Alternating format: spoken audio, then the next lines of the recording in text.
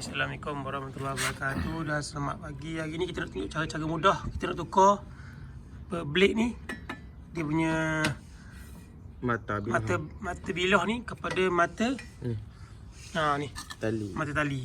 Okey. Ni yang kita beli lah. Kita beli apa yang lama punya lah. Ni yang baru. Yang lama juga. Nampi mata bilah ni yang baru lah, sebab kita guna untuk bersih kebun tu. Okey. So cara dia, kita ambil screwdriver. Kita bawa masuk ni. Masuk sini, cari tempat yang lock dia. Cari dia lock lah. Lock.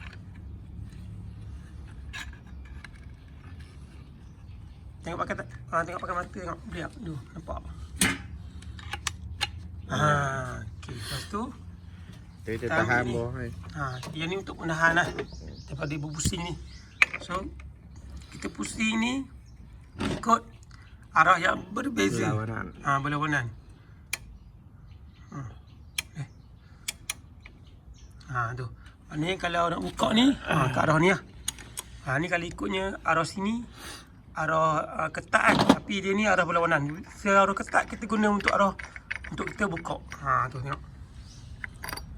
Okey, keluarkan. Dia punya lapis semua tu. Nampak ni. Ni yang kita lock kan. Ni yang kita lock tadi ni. Kita nak bagi dia bergerak ni. Kan. Ambil mata. Untuk bilah. Tak tu. Buih tu. Tu. Lepas tu kita bawa skru. Ingatlah, kalau dalam keadaan biasa kita nak pasang ikut sini kan.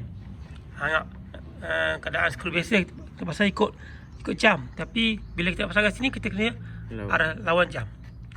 Buat ni masuk. Okey, mantap. Sama kawan tahan tu.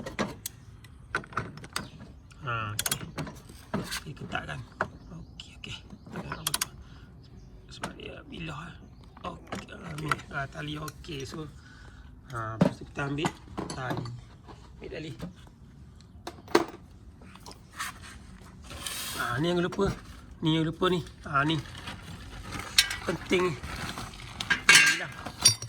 Okey, nak pakai nanti ni. Tebal bilah ni no. Puas okey. Ni. Ni Ayu dah pakai dah. Ambil baru yuk. Baru ada. Kalau kita tak pakai, lama-lama dia repuk yuk. Ambil yang ni yuk. Ambil yang silver sikit.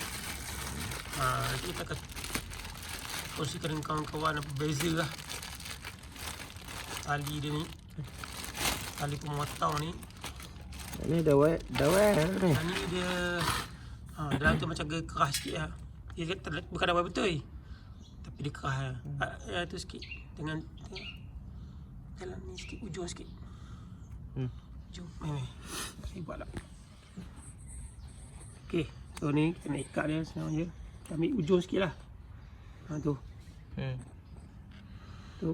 Tu masuk ni. Ni ujung. Nampak. So kita akan masukkan kawasan ni lah. Mana-mana yang sesuai kita nak masuk. Okey. Dan satu lagi.